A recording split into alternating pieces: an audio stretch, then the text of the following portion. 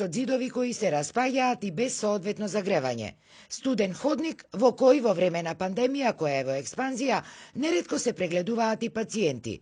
Без соба за изолација за преглед на ковид пациентите, тие се прегледувале или надвор, или во ходникот, или пак во едно од амбулантните возила, што е недостоинствено и за пациентите, но и за лекарите.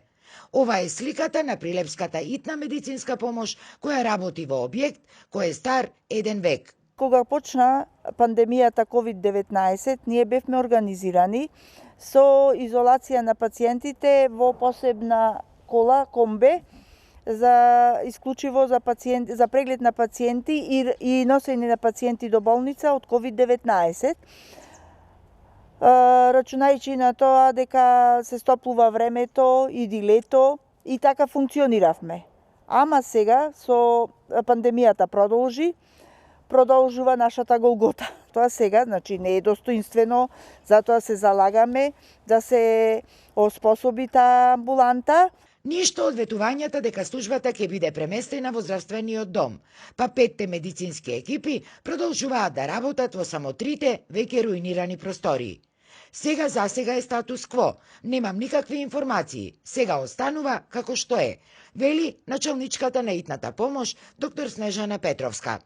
Со околу 30 повици дневно, со сериозен недостиг од лекари, дел од лекарите во итната помош се жалат дека имаат проблем и со насочно потребната заштитна облека. Маските и скафандерите се преперувале, визири немало доволно, а недостасувале и дезинфекцијски средства. Помош се бара од донаторите.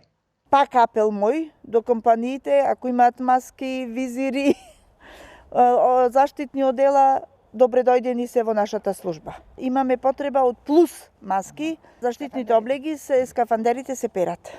Имаме машина да се перат, се користат повеќе кратно. Вработените во итната помош немаат користено ниту годишни одмори, ниту пак боледувања, а од февруари не им била исплатена ниту хранарина за 3-та смена, иако законски им следувала, се жалаат дел од лекарите.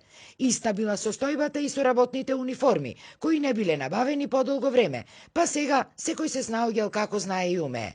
Прилепската итна медицинска помош, која обслужува и неколку соседни општини, работи со 10 лекари, по 2 во смена, а потребни се најмалку 16. На располагање има 3 амбулантни возила кои ги набави претходната власт.